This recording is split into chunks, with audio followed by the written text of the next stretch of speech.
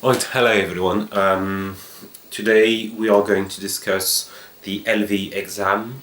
As you know, it's not official yet, but it's more than likely that the oral sessions will be simply cancelled. So you need to focus on your writing, okay? Reading and writing. So today we're going to start with ELVi. First, we're going to go through all the criteria to make a good, to write a good essay, especially for question 1, the comprehension question, and then we'll try to discuss the questions asked during the mock exam, for the mock exam on young activists, okay, and the future of politics. So, as you know, as for any essay that you will write for any bank of exams, 4 main criteria. First, grammar and vocab. Okay, you need to show the person reading you that you master the English language, that you are at ease with it. Okay, so you can make sentences, they are quite correct, and you've got a vast range of words that you can use. Next, number 2, link words. Link words are important. Okay, I'm going to send you a new list of link words with this video. But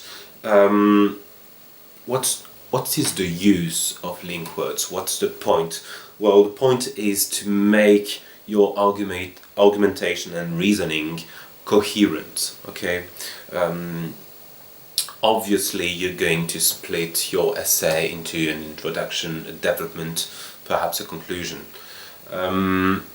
But your development, the 2 or 3 parts that you're going to develop, to write about, should follow one another. Okay, you should not make some wide gaps between them. Okay, it should be coherent, it should be fluid. And the link words are there to help you organize your thoughts, as you know. You can use words like on the contrary, or expressions like on the contrary, or conversely, when you are going to start a new paragraph, giving opposite arguments from the previous one. Okay, or you can use words like indeed to explain your ideas. All that, you know, I'm going to send you a new list, an updated list, so you can revise them. You need to learn them, to know them, and to know how to use them. So if you've got any question, feel free to ask me on WhatsApp, or but please do it in the class group, okay, on WhatsApp, so I can answer and give explanations to everyone. Number 3, now, the quality of your comprehension.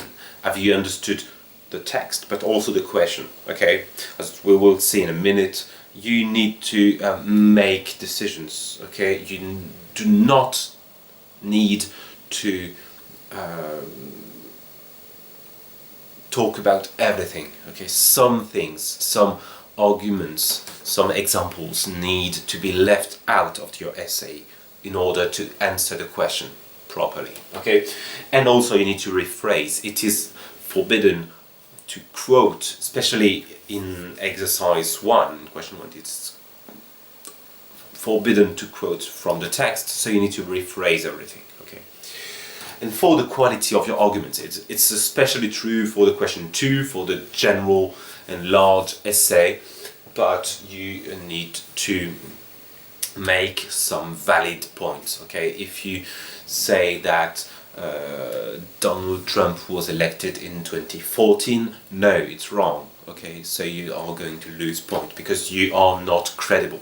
Okay, but keep in mind, especially for the question number 2, that if you have many examples from the English-speaking world, and you give them, and it's quite good, it's really good for to answer the question, but there are many mistakes in the way you write, or you have a poor vocabulary, poor range of words, well, you're not going to have a good grade, okay? And if you do something insipid or bland, okay, no example, or you just talk about Donald Trump and Greta Thunberg, for example, okay, two classic, the examples that everyone will use. Well, if you do that, but your essay or your answer is well written, well, you're going to have a good grade. So if you need to prioritize, always go for the short sentences, okay, the less perfect example, but go for a structure of a sentence, a structure that you know, that you master, okay? Right, and always when you finish a paragraph, you should ask a few questions, okay? A few questions. First, am I answering the question? Do I answer the question? Is this paragraph answering the question asked? Okay, so you need to stay focused. And on when you write a draft, okay, when you write your a draft for your development, okay, for each paragraph, for each idea, for each example, is it relevant? Okay, do I answer the question? It's really, really important. Two, you need to rephrase and not quote the text as I told you. Three, you need to make decisions. Again, I've said it a few minutes ago. The question, for example, the question in the mock exam, the essay that you've done on climate, young climate activists. The question was why? Why are these young people organizing? It's not where, it's not when, it's not how, it's why, okay? So, generally, the very beginning of the text, not always, but generally speaking, the very beginning of the text giving you the setting is not going to answer the question of the responsibility, of the reasons, of the anything, the motives behind some action. Okay, if you are asked why, it's not where, it's not who, it's not when, it's why, the reasons, the motive, the impulse, if you want. So you need to make decision and to leave some ideas, sometimes some paragraphs out of your answer, right? Don't be afraid of doing that. 4, avoid empty words. That's important. You need to be clear. Okay, your writing needs clarity. So I would like to discourage you from beginning a sentence with a word like a pronoun like I or you or they or he or she. Okay, you need to explain who or what you are talking about. Okay, especially if your paragraph is getting long. Okay, at the end of the paragraph we don't know what you're talking about. Okay, so always be specific. Don't say they. You can say the former, that is the thing or the person I've just talked about, the former, or the latter. You can latter. You can also rephrase by using demonstrative. These individuals, this situation, this, etc., etc. Okay, or you can use such an. Okay, or such plus a verbal. Such plus a plural word. Now, for example, such a situation. Okay, highlights the fact that, okay, or such a behavior, or okay, anything to say that you know and everyone knows what or who you are talking about. That's important. Right, and finally, do not brag. Okay, do not make yourself more important, especially in question 1.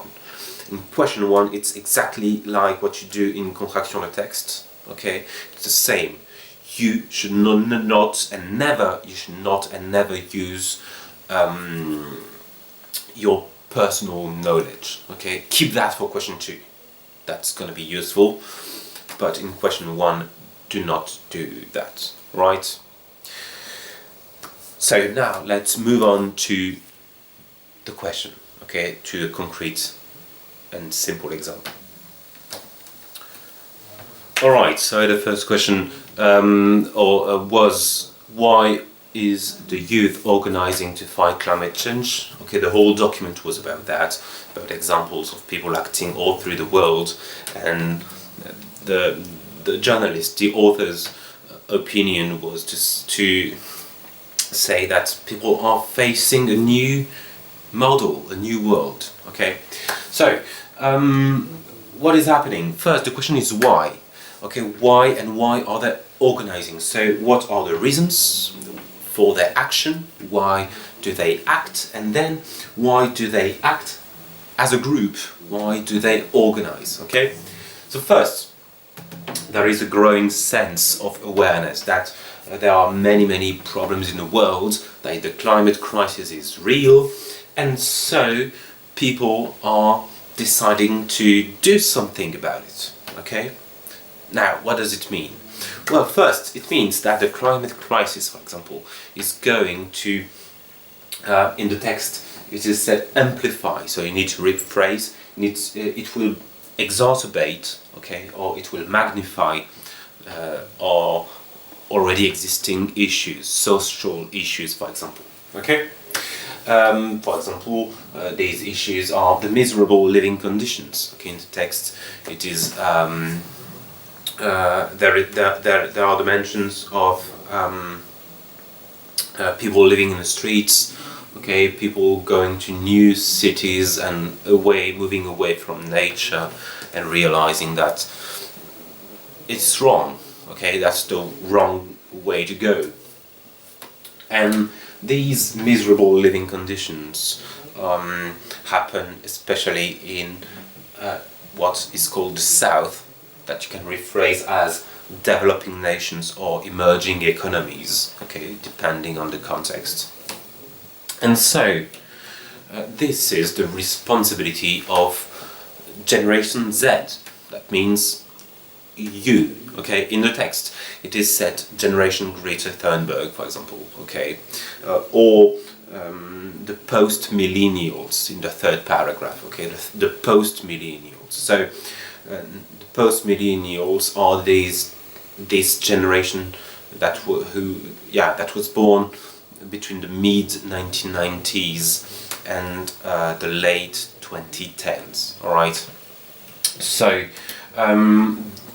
you can call them, yourselves, Generation Z.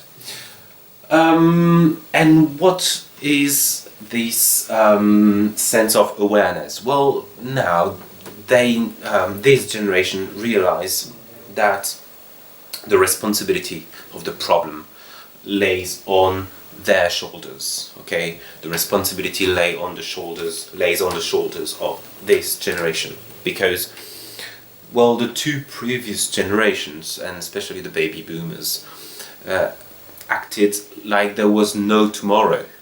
Okay, and so they consumed natural resources. It was not sustainable. Okay, so there was nothing left for the next generation, and so there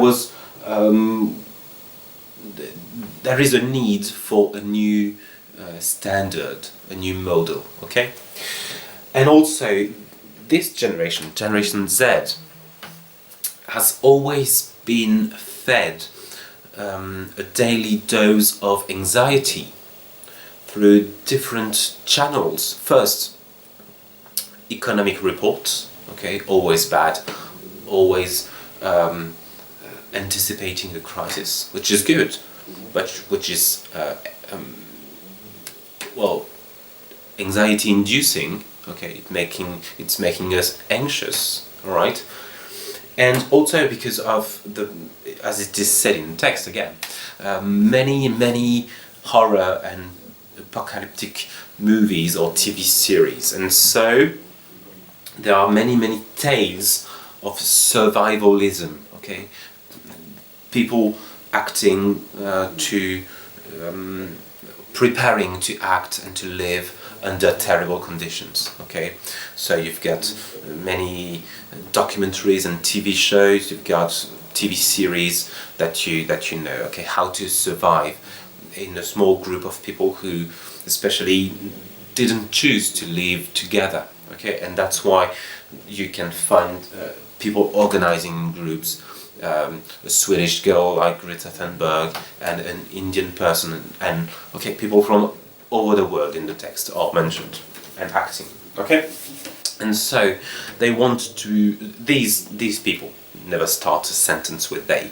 These individuals, these young activists, are trying to bring balance to the world, to bring justice and to guarantee equal opportunities for everyone. Okay, and so this sense of justice and equality is taking over, is replacing the old, the ancient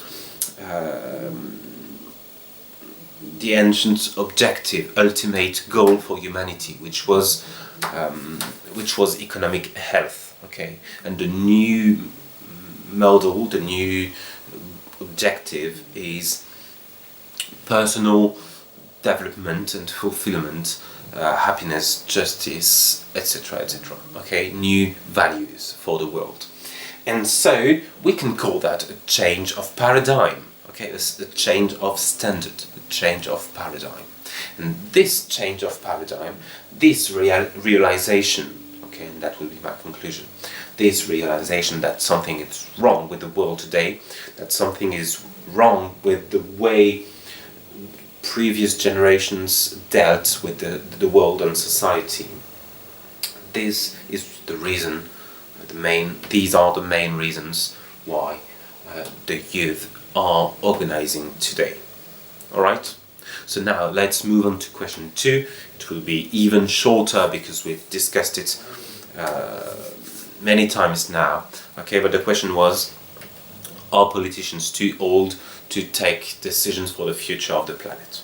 Are the politicians too old to make decisions for the future of the planet? Well, first we need to consider that decisions for the future of the planet, and decisions on the environment and on climate, is just a tiny portion of social issues. Okay, so we need to enlarge the discussion to social issues, and if we do that, we can first say that the baby boomers generation failed to address these social issues. So, for example, they relied on the welfare state. Okay, they relied on it. They built it, and then they took it for granted. They say, okay, it's the perfect model. Okay, and it will guarantee us economic health and economic growth. Okay, but they developed this model without thinking of its end. Okay, is the welfare state going to survive them? Well, the result, the answer is probably not, as we can see today. Okay, we are discussing a system of pensions. The health system in many countries is being reformed. Okay, many things. So they took it for granted, and they didn't try to make it sustainable.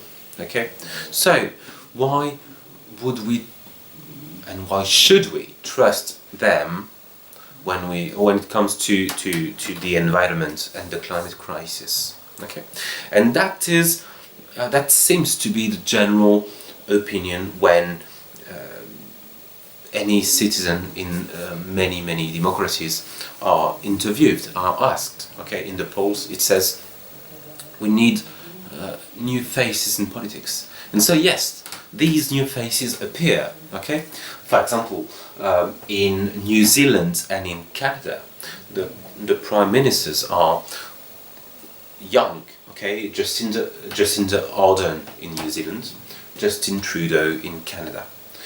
In the USA, with the upcoming election this year, new faces in the Democratic Party are appearing to. First, liberals, okay, like Pete Buttigieg, and radicals like Alexandria Ocasio-Cortez, AOC. Okay, so there are new faces, but are they successful? Well, Jacinda Ardern seems to be successful. She's very popular.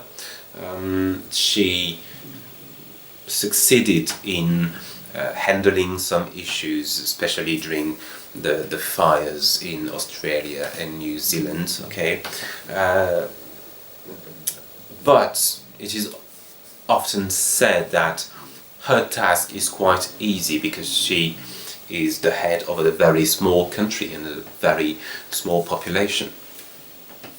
Justin Trudeau is the Prime Minister of Canada. He was re-elected recently.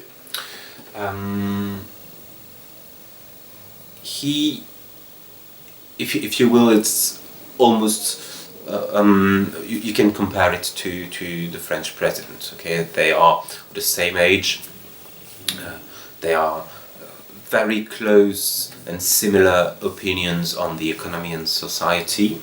Okay, and the reactions from the citizens of their countries is approximately the same. Right, so I'll let you decide if it's a success or not. Now, Alexandria Ocasio-Cortez is very popular. Okay, she succeeded in being a major figure in American politics in a very short time. Okay, in 18 months.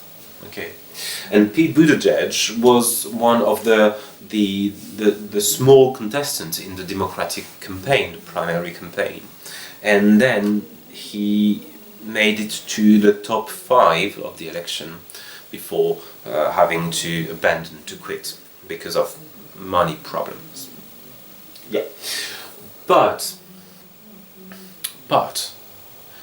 the joke on Pete Buttigieg was that he could be a candidate for the next 10 elections in the USA, so for the next 40 or so years, and he would still be younger than some of the candidates and than the American president today. Okay, so you see, there's a wide gap between who's successful and who's not, because today the two main candidates are Joe Biden and Bernie Sanders. Okay, number 3, she gave up recently, but number 3 was Elizabeth Warren.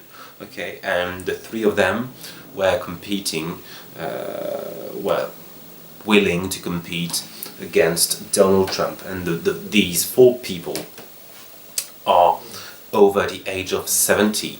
Okay, so between these people in their 30s or 40s, early 40s, and traditional politicians in their 70s, there's a huge gap, okay, generational gap. Why? And why are these old people, especially old white men, successful? Because today, experience is an asset. Okay, it's something positive. Positive when you are competing in an election and you want to reassure the citizens that you can be efficient, right?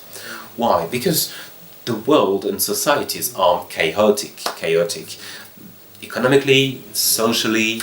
Okay, there's large and massive uncertainty about the future.